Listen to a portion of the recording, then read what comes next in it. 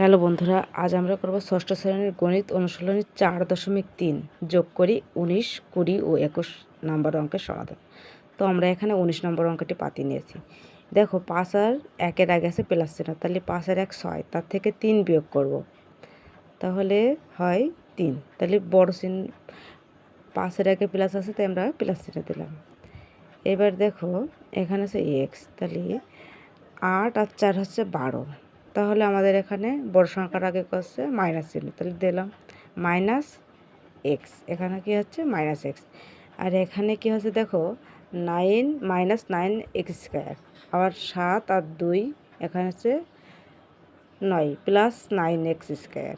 আর এখানে প্লাস মাইনাসে কাটা যাচ্ছে, উপর আছে 2 এক্স পাওয়ার কিউ, আর নিচেই মাইনাসে মাইনাসে প্লাসে যাচ্ছে, তাহলে এখানেও কাটা যাবে। তো আমরা এইটুকু উত্তর হবে মাইনাস এক্স স্কোয়ার প্লাস 3। এটাই হচ্ছে অ্যান্সার। এইবার আমরা চলে যাব 20 নম্বর অঙ্কের সমাধান করতে।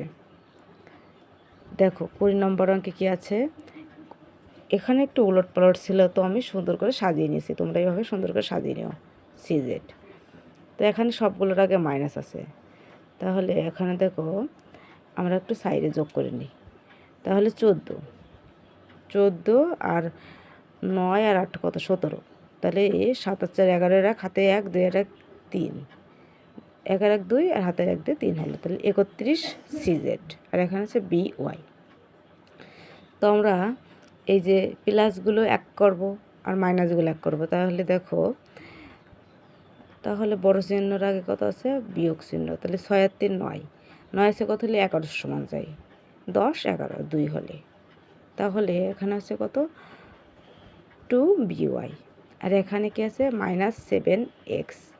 আর এখানে এ এক্স, 5 আর 3 8, 8 7 আছে কত হলে 8-এর সমান যায় 1 হলে, তাহলে এখানে 1 দেওয়ার কোনো কিছু দরকার নেই। A x minus 2 B y minus 31 C z, এটাই অ্যান্সার। তো আমরা চলে যাবো 21 নম্বর অঙ্কের সমাধান করতে। তো বন্ধুরা 21 নম্বর অঙ্কে দেখো আমরা প্লাস চিহ্নগুলো 1 করবো আর মাইনাস চিহ্নগুলো করবো।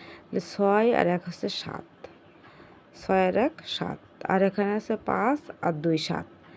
তাহলে এখান তো কেটে যাচ্ছে, তাহলে কি হবে